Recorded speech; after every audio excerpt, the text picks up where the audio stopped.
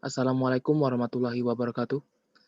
Oke, pada kesempatan kali ini kita akan membahas mengenai golongan 1B. Pertama-tama, kita perlu tahu dahulu golongan 1B itu apa. Golongan 1B ini berbeda dengan golongan 1A. Golongan 1B ini berada pada golongan logam transisi. Golongan 1B terdiri dari unsur cuprum atau tembaga, argentum atau perak, aurum atau emas, dan ronjenium.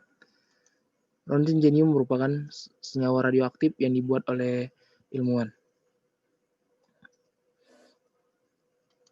Untuk konfigurasi elektronnya, baik Cu sampai ronjenium memiliki kesamaan, yaitu 4s1 3d10 untuk kulit terakhir. Hal ini menempatkan mereka pada golongan 1B. Karena kulit luar mereka 4s1 3d10, mereka memiliki sifat yang sama. Untuk kelimpahan, tembaga atau cuprum, keberadaannya di kerak bumi sekitar 0,068%, sering ditemukan dalam mineral kalkopirit dan malakit. Lalu argentum atau perak, keberadaan di kerak bumi sekitar 7,9 kali 10 pangkat 6%, sering ditemukan dalam batuan mineral bersama emas dan platina. Au, keberadaan di kerak bumi sekitar 3,1 kali 10 pangkat 7%, sering ditemukan dalam batuan mineral bersama perak dan platina. Untuk ronjenium, nihil untuk ditemukan secara alami di alam. Untuk sifat fisika, dari cuprum sampai ronjenium, nomor atomnya semakin besar. Semakin besar nomor atom, maka semakin besar jari-jari. Lalu, titik didih dari golongan 1B lumayan besar dibanding golongan 1A sampai 8A. Mengapa demikian? Karena cuprum sampai ronjenium merupakan golongan metaloid atau besi. Jadi dia membutuhkan suhu yang tinggi agar mereka dapat cair dan mencapai titik didih yang ditentukan. Untuk sifat kimia, seperti yang kita bahas tadi, bahwa titik didih dan titik lelehnya tinggi, lalu bersifat parametik, di mana golongan 1B ini dapat tertarik oleh magnet, namun tidak terlalu kuat seperti ferromagnetik, lalu dapat menghasilkan warna dan rupawan. Jadi golongan 1B atau golongan transisi, bila dia dibakar dengan api akan mengeluarkan nyala, ataupun bila direaksikan dengan anion akan membentuk warna.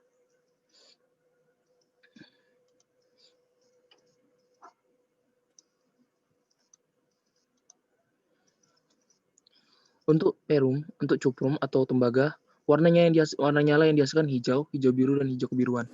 Sedangkan untuk emas, perak tidak memiliki warna nyala. Hal ini membuktikan bahwasanya ada logam transisi tidak menghasilkan warna nyala.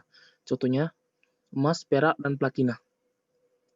Mengapa cuprum, argentum, dan aurum dapat menghasilkan warna? Ini terkait pada kulit terakhir mereka.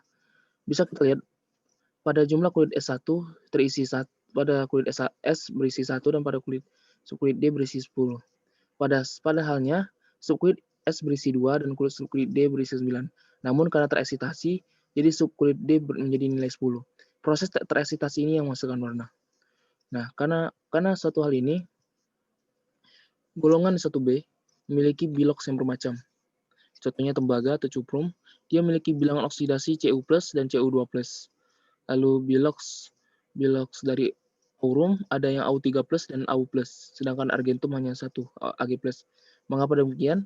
Golongan logam transisi atau golongan 1B, mereka sangat mudah melepaskan elektrovalensinya. Sehingga terkadang di alam mereka dapat berbentuk Cu+ maupun Cu2+ atau Au3+ dan Au+. Untuk reaksi demikian. Seperti ini contohnya reaksi dari Cu+, direaksikan dengan H3O, bentuk Cu+, H2 dan 2H2O. Lalu di bawah ada Cu direaksikan 2HCl-, menghasilkan CuCl2. Lalu ini ada Cu2+, 2Cu+ menjadi Cu2+ plus Cu. Untuk argentum ini Ag+, karena tadi kita tahu bahwa dia hanya satu, direaksikan dengan Cl- bentuk AgCl. Aurum Au+, Au+ plus Cl- bentuk AuCl. Lalu aurum 3+ dengan direaksikan dengan 3Cl- bentuk 2 Au3Cl3. Untuk pembuatan sendiri, tembaga cuprum memiliki dua cara pembuatan, yaitu pirometalurgi dan hidrometalurgi. Seperti namanya, pirometalurgi berarti panas, yaitu suatu proses ekstraksi logam dengan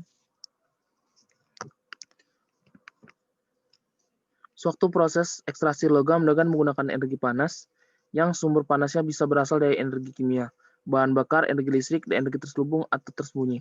Sedangkan untuk hidrometalurgi adalah proses ekstraksi logam berharga dengan menggunakan reagen kimia encer, di kurang dari 1 gram per mol dalam pada suhu kurang dari 1 Celcius. Lalu argentum perak. Salah satu metode yang digunakan pada logam ini dengan melibatkan permukaan dari biji Ag2 sulfida, lalu dicampurkan dengan larutan natrium cyanida dan teraerasasi. Dalam proses ini garam perak diekstraksi sebagai ion kompleks di cyanoargentat. Lalu ditambahkan logam zinc mengakibatkan terjadinya reaksi pendesakan tunggal ion Ag+ oleh zinc, pembentuk ion kompleks sangat stabil. Lalu selanjutnya pemurnian perak dapat dilakukan dengan cara elektrolisis dengan elektrod perak nitrat yang diasamkan. Lalu untuk aurum atau emas dapat dilakukan dengan cara amalgamasi dan cyanidasi. Amalgamasi, proses penyelamatan partikel emas oleh air raksa dan membentuk endapan amalgam atau AuHG. Merupakan proses kimia fisika. Apabila amalgam dipanaskan, maka akan terurai menjadi elemen-elemen, yaitu air raksa dan bulian emas. Lalu untuk cyanidasi merupakan ekstraksi emas dan perak dari mineralnya. Jadi batuan mineral yang dari alam diekstrak dengan bantuan cyanidasi. Lalu kan pembentukan senyawa kompleksnya. Ekstraksi emas dari bijinya adalah menggunakan ion cyanida karena proses penutupan secara spontan. Jadi emasnya akan didapat dengan dari elektrolisis larutan Au cyanida 2 dalam air. Untuk rhodium didapatkan dengan cara di penelitian di laboratorium dengan cara membombardir peluruhan unsur lainnya. Untuk manfaat, tembaga atau cuprum dimanfaatkan sebagai uang logam, kawat kabal, dan campuran perhiasan. Lalu argentum digunakan sebagai perhiasan, pewarna makanan, bantuan cermin, solder, dan baterai. Aurum perhiasan, obat kanker, pelapis anti korosi. Sedangkan rhodium digunakan dalam kegunaan dan penelitian yang sebatas lab.